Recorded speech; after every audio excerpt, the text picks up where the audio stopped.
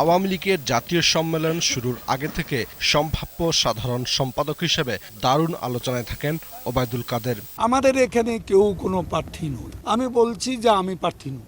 গত ২-৩ দিনে কাদেরকে নিয়ে আলোচনারও ডালপালা মেলে। প্রচার হয় নতুন সাধারণ সম্পাদক হিসেবে ওবায়দুল কাদেরকে শেখ হাসিনা গ্রিন সিগন্যাল দিয়েছেন।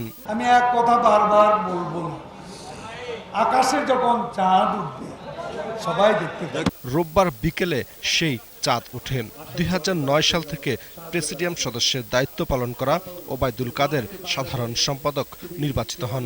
১৯৫২ সালে নোয়াখালীতে জন্ম নেয়া ওবায়দুল কাদের ২০০২ সালে আওয়ামী লীগের প্রথম যুগ্ম সাধারণ সম্পাদক নির্বাচিত হন। ৭৫ পরবর্তী সময়ে দুবার ছাত্রলীগের সভাপতির দায়িত্ব পালন করেন।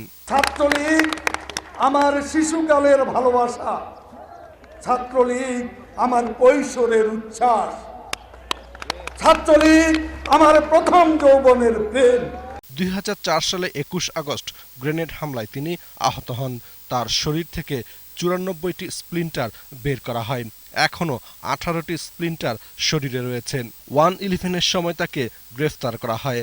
১৮ মাস তিনি কারাগারে ছিলেন। ২০১১ সালে তিনি যোগাযোগ মন্ত্রী হন। মন্ত্রী হিসেবে সারা দেশের পথঘাটে দৌড়ঝাঁপ করে প্রশংসা কুড়ান।